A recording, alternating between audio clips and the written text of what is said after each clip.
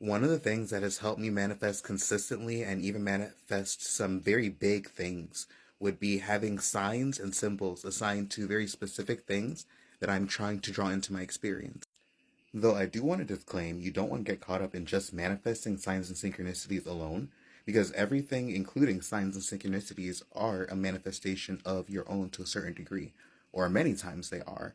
It kind of really just depends on if, your guides are trying to get your attention or not, but you can end up getting caught in a cycle of manifesting just those signs and synchronicities, and you want to be conscious of not doing that.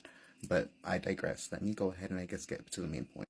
So, for instance, if you are trying to manifest a specific person, you can say, like, okay, I want roses, their first, middle, or last name to start popping into my reality, or very specific things. You'll be like, I want to start seeing this pop into my reality.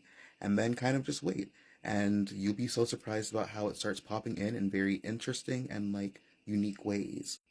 If you're into tarot, you can assign a specific card to somebody if you have an energy that you understand them by. Believe it or not, and it's funny that I said this at 111, angel numbers are neutral. You are the ones who give them meanings. So you can also assign different numbers or angel numbers a specific meaning as well.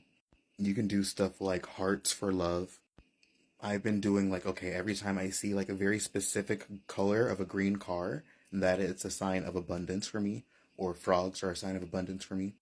And you'd be so surprised about how sometimes those little signs can then lead to, especially if you're using those signs to consistently affirm that you are getting what you want, or that you already have it, or that it's unfolding, you'd be so surprised about how they can kind of nudge you towards what you want.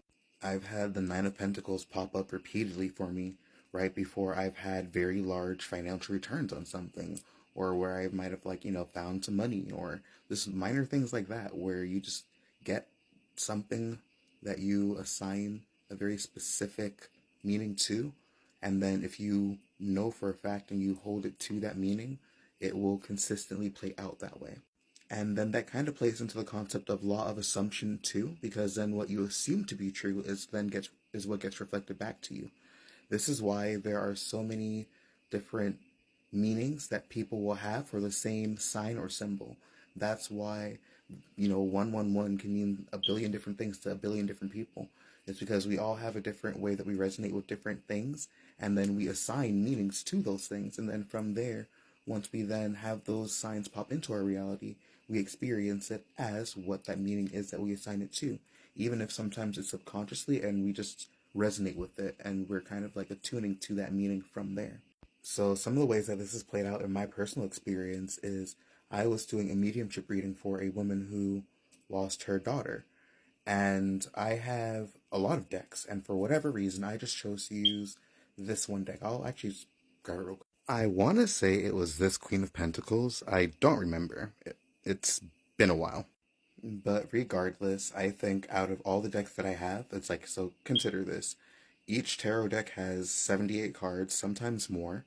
And I even have like oracle decks that, are just, their own thing, which have however many cards. So out of the hundreds of cards that I have, right, there's probably only maybe two, three, or maybe even four, if I'm going to like be very generous and say that has like a rabbit for the imagery within it. Because, there's like lots of different renditions of like the same cards, but I digress. Initially, I wasn't aware that her daughter was born or was a miscarriage or like died at a very young age. And the Queen of Pentacles, or whatever card that I got, had the energy of maturity and mastery in some way, shape, and form. So it didn't really make sense at the time. But then just randomly, for whatever reason, she's like, do you see anything with rabbits in there? And I'm like, yeah, like what the fuck? And this is over the phone or a Zoom call, so she wasn't able to see the actual cards that I saw in front of me.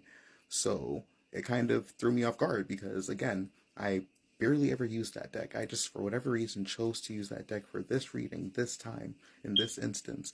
And then out of the hundreds of cards that I have, there's only so many rabbits that come with with what I got, and that would be the symbol that she just happened to ask. And then that's another thing too. I've never really have anybody ask me like, "Oh, do you see any symbols or signs?" I'm pretty sure that's probably the only time that somebody even asked me that question within a reading, which might be odd, but it is what it is. But the point I'm trying to make is sometimes these symbols can pop up in very odd ways, and you'd be so surprised about how things are connected, or how sometimes we might do something that might seem mindless to us, but it could be a step that's taking us toward a manifestation. I remember that I needed some information about something, and I couldn't find the paper that had that on there, and I forgot about it. I was like, I'll probably just call the place and get it done later. And days later, I'm just walking around my room and my foot feels something under my bed. And then I pull the piece of paper from under my bed and it's quite literally everything that I needed. And I'm like, so you'd also be so surprised, like, just how, like, the universe can orchestrate putting something in our path in a very seamless way, especially when our mind is off of the problem itself. And then the last example that I'll give happened to me tonight, just a couple hours ago, and it's actually going to be the next deck that I bought it already. But so long story short, I saw a fairy themed deck that I liked, and I'm like, you know what? If it's a good idea for me to get it, then let me see the word fairy pop into my reality after I take a nap, because it's not something that I specifically see that frequently. There's this random game that I saw on Instagram, right? And so I go take a nap. I see this game on Instagram after I wake up, and I'm just chilling, and I'm like, let me just play it, see like what it's like. Um, and then within the first three sentences of the game, the dialogue says something along the lines of, "Oh yeah, you helped a fairy" or some bullshit like that, and I'm like, sign heard.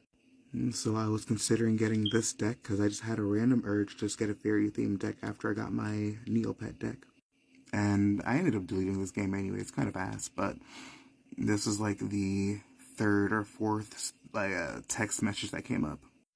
So TLDR, if you're somebody who struggles to grasp the concept of you trying to manifest something that might seem a little bit difficult from the perspective that you're standing, place little signs and symbols and little markers in your manifestation path and make them very distinct so that once you come across them, you'll have that subconscious trigger to know that this is working towards, or that your manifestation is unfolding and that it's going to work out for you. And make it very specific. Make the very specific intention of, I do not want to see this pop into my reality unless I am going to get this specific thing. And sometimes you'll probably still get impatient, but you'd be so surprised about how even when you have those moments of being frustrated or angry or impatient about that manifestation, and then you assign that symbol to your manifestation unfolding, and then that might pop in like while you're kind of like aggravated about the fact that you don't have what you want. So the universe will sometimes even then in you experiencing that frustration reminds you that there are still things moving behind the scenes to get you to where you want to go, or get you what you want. Either way, I hope this helps somebody. Peace and blessings, and I hope you guys have an amazing night.